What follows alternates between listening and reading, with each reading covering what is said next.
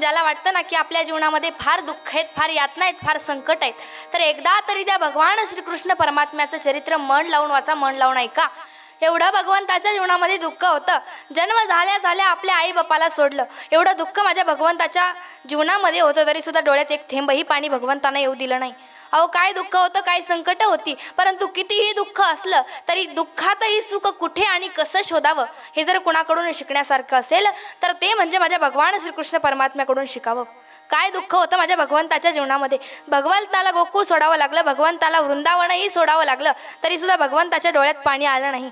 परंतु ऐका ना, जरी माझ्या भगवंताला यशोदे मातेने एवढा जीव लावला, एवढा जीव लावला की एकदाही भगवंताला देवकी मातेची कमतरता भासली नाही. महाराज, जगाच्या पाठीवर जर कोणी एवढा जीव लावला असेल आपल्या लेकराला तर तो म्हणजे यशोदे मातेने. आजपर्यंत कुठलीच आई एवढा जीव आपल्या लेकराला लावू शकली नाही, एवढा जीव माझ्या यशोदे मातेने भगवंताला लावला. महाराज, काय दुःख माझ्या भगवंताच्या जीवनामध्ये होतं, तरी सुद्धा भगवंतानं एकदाही डोळ्यात पाणी येऊन दिलं नाही.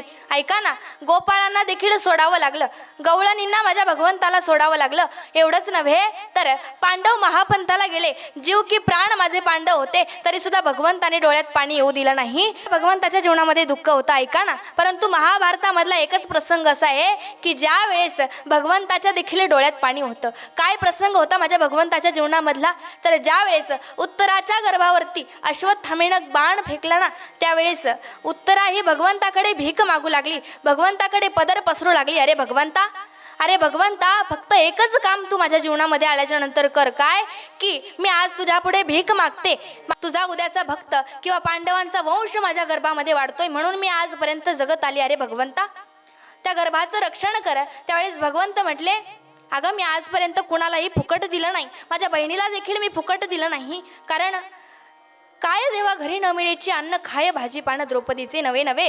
तर काय माझ्या भगवंताच्या जीवनामध्ये संकट आली, परंतु भगवंतानं कुणाला फुकट काही दिलं नाही.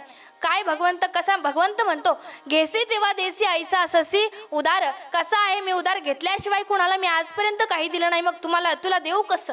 त्यावेळेस उत्तरा म्हटली, अरे भगवंता ऐक ना, आजपासून या क्षणापासून आजपासून तर माझं जेवढं काही आयुष्य आहे ना ते मी तुझ्या चरणावरती समर्पित करते, परंतु माझ्या गर्भाचं रक्षण कर. त्यावेळेस भगवंताला स्वतःचे दिवस आठवले आणि भगवान परमात्म्याच्या देखील डोळ्यात पाणी आलं.